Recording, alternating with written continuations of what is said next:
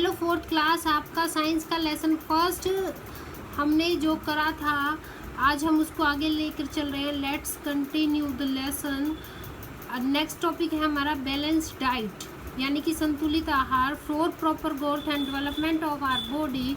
हमारे शरीर के विकास के लिए our diet should contain proper amount of proteins, fats, carbohydrates. जो हमारा भोजन है, हमारा आहार है, उसमें सही मात्रा में प्रोटीन, फैट्स और कार्बोहाइड्रेट्स होने चाहिए with enough quantity of water, और उसमें सही मात्रा में पानी भी होना चाहिए। रफेज रेशे होने चाहिए, मिनरल्स एंड विटामिन्स, और उसमें विटामिन्स भी होने चाहिए। A diet which contain all nutrients in sufficient amount as required for proper function of the body.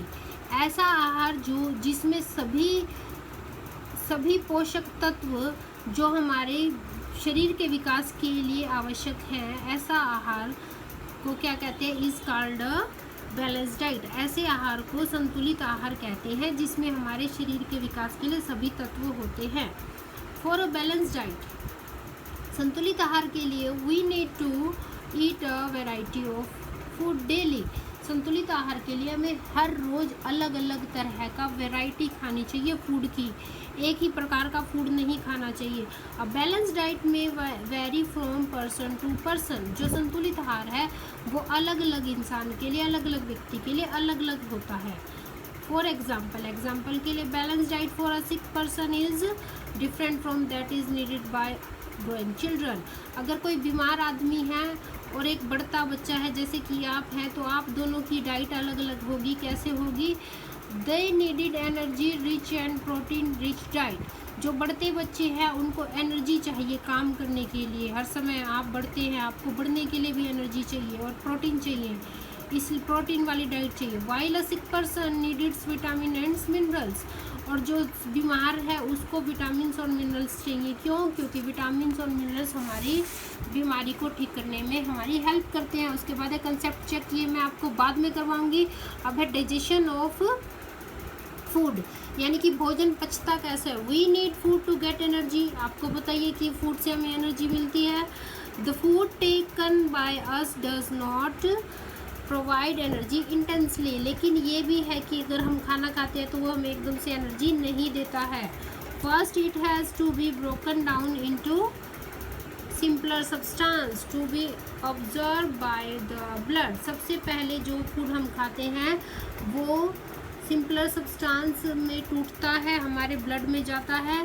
The process of breaking down of food in simpler substance is called digestion. और जो ये सभी प्रक्रिया होती है, भोजन का टूटना, भोजन का हमारे शरीर के अलग अलग हम पार्ट्स में जाना, इस प्रक्रिया को कहते हैं डाइजेशन, यानी कि भोजन का पचना। The organs involve in the process of digestion are mouth. और जो हमारे शरीर के पार्ट्स हैं, हमारे बॉडी के पार्ट्स हैं जो इसमें इन्वॉल्व है, इसमें शामिल है, वो कौन कौन से हैं? माउथ है, उसके बाद फूड पाइप है, स्टमक यानी पेट, small intestine, pancreas, large intestine, और लीवर एंड एनस। ये सभी पार्ट्स हैं। अब हम इनको पढ़ेंगे। ये है क्या? The organs together form digestive system. और जब ये सभी पार्ट्स इकट्ठे हो जाते हैं तो ये डाइजेस्टिव सिस्टम बना देते हैं। ये देखिए ऐसे अभी हम इनको पढ़ेंगे। आगे है प्रोसेस ऑफ डाइजेशन, पाचन की प्रक्रिया। Digestion of food starts as soon as the food enters our mouth. भोजन का पचना वैसे ही शुरू हो जाता है जैसे ही हम मुंह में भोजन को डालते हैं। The saliva gets mix with this particles.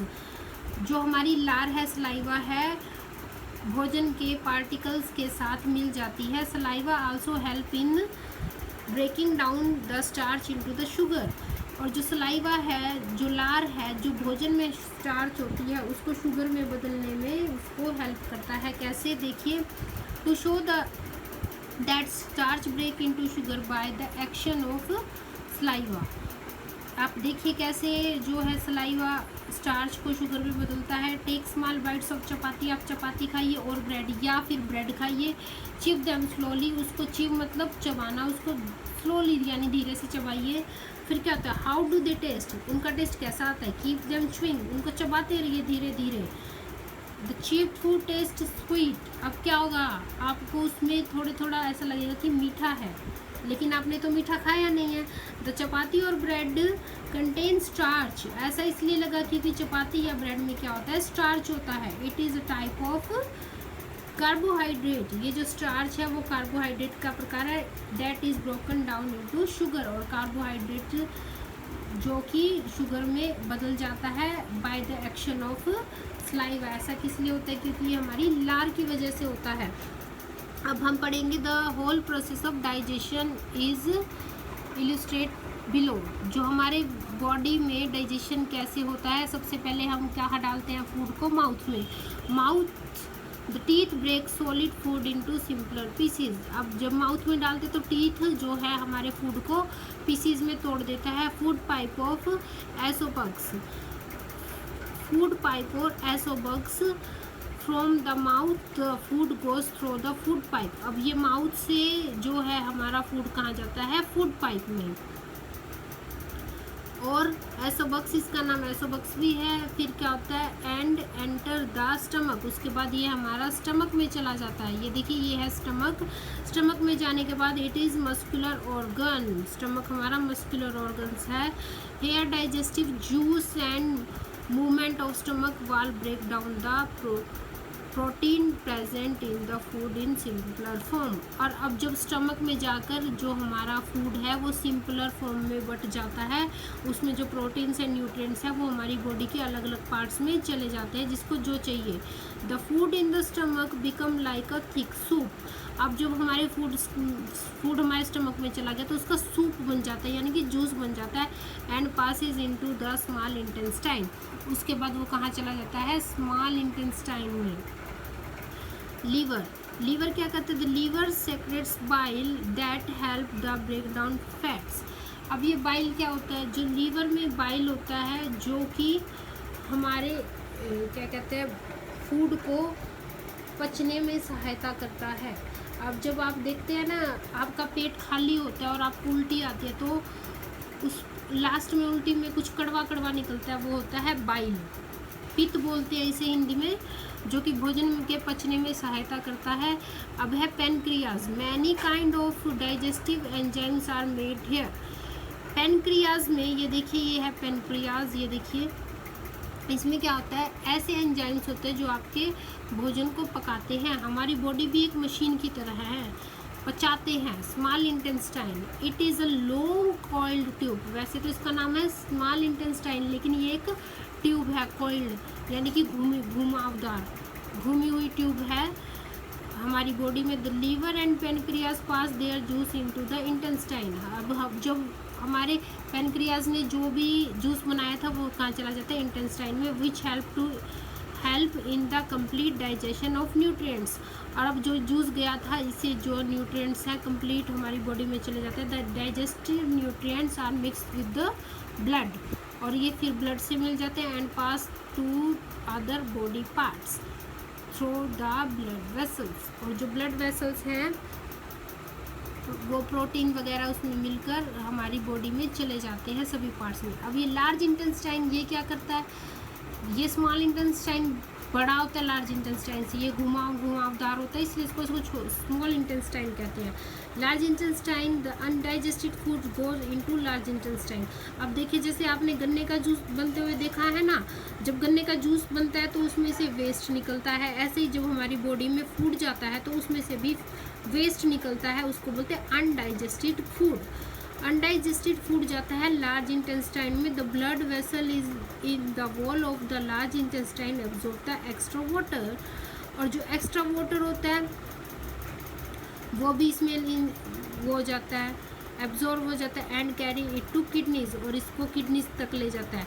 अब एनस की बारी आती है। ये देखिए anus the semi solid waste is throw out from the anus. Semi solid waste यानी कि आपका जो ये वेस्ट होता है, आप जो खाना खाते हैं यानी कि आपका मल एनस से बाहर निकल जाता है। अब है हमारा healthy food habit. Healthy food habit क्या क्या होनी चाहिए आपको, for proper digestion follow the healthy habits. आपका बॉडी अच्छे से काम करे आपको ये सभी हैबिट्स को फॉलो करना है। Mention below.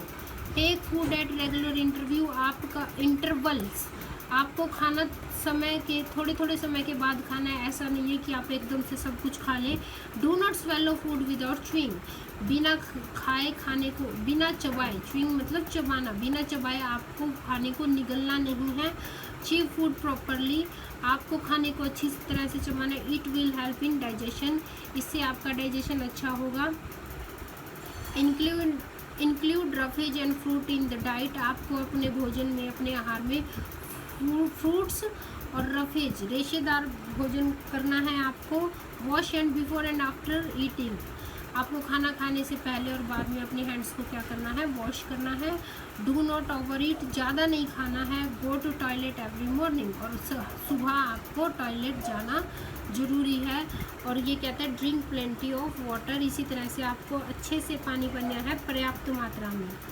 ये है ट्रू फॉल्स, ये आपको बाद में करवाए जाएंगे। नेक्स्ट है हमारा फूड कुकिंग एंड प्रिजर्वेशन, भोजन पकाते हैं, अब आप कच्चा तो नहीं खाते हैं, उसको पकाते हैं और उसका संरक्षण, प्रिजर्वेशन मतलब संरक्षण, और उसको स्टोर करके रखते हैं।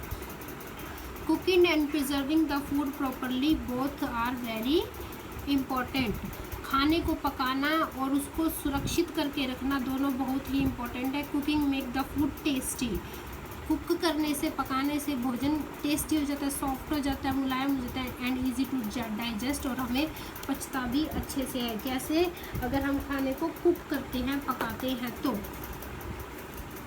आगे, it also kills the germs present in the food, अगर हम खाने को पकाते हैं तो फूड में जो जर्म्स होते हैं वो भी मर जाते हैं। Preservation prevents the food from being spoil, और प्रिजर्वेशन ये मतलब संरक्षण, अगर हम भोजन को स्टोर अच्छे से करते हैं तो ये भोजन है जो हमारा स्पॉइल होने से, ख़राब होने से बच जाता है।